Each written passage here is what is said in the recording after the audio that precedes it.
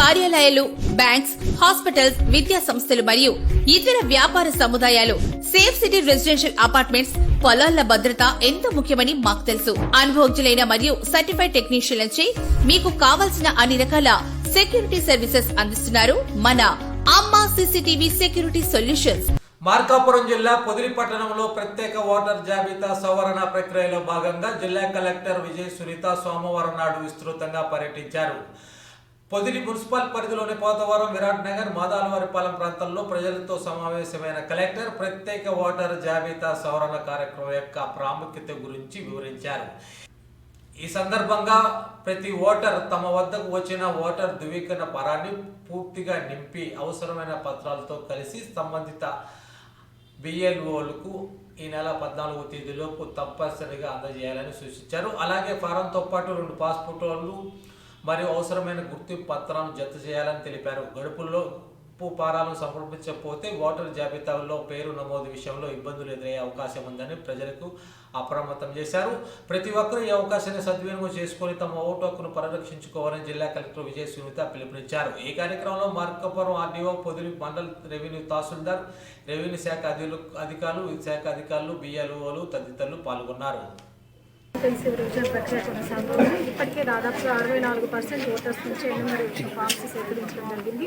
అయితే ముఖ్యంగా మున్సిపాలిటీ ప్రాంతాల్లో, అర్బన్ ఏరియాస్లో మనకి ఎన్యూమరేషన్ అనేది కొంత స్లోగా కొనసాగుతుంది. దాన్ని మనం ఇంక్రీజ్ చేయడానికి ముఖ్యంగా ఈ అర్బన్ ప్రాంతాల్లో ఉన్నటువంటి పోలింగ్ స్టేషన్లో ఉన్నటువంటి ప్రజలకు దీని మీద అవగాహన కల్పించడానికి BLOస్తో పాటుగా సపోర్టింగ్ స్టాఫ్ని కూడా ఇవ్వడం జరిగింది. మరి చాలా వరకు పర్మనెంట్ మైగ్రేషన్ కారణంగా అక్కడ అడ్రస్ దొరకని కారణంగా ఎన్యూమరేషన్ ఫామ్స్ కూడా డిస్ట్రిబ్యూషన్ చేయలేని పరిస్థితి. అలాంటప్పుడు మరి BLS సాయంతో, వారి సహకారంతో వారందరికీ కూడా ఫామ్స్ ఇప్పటికే డిస్ట్రిబ్యూషన్ కూడా కంప్లీట్ చేయడం జరిగింది.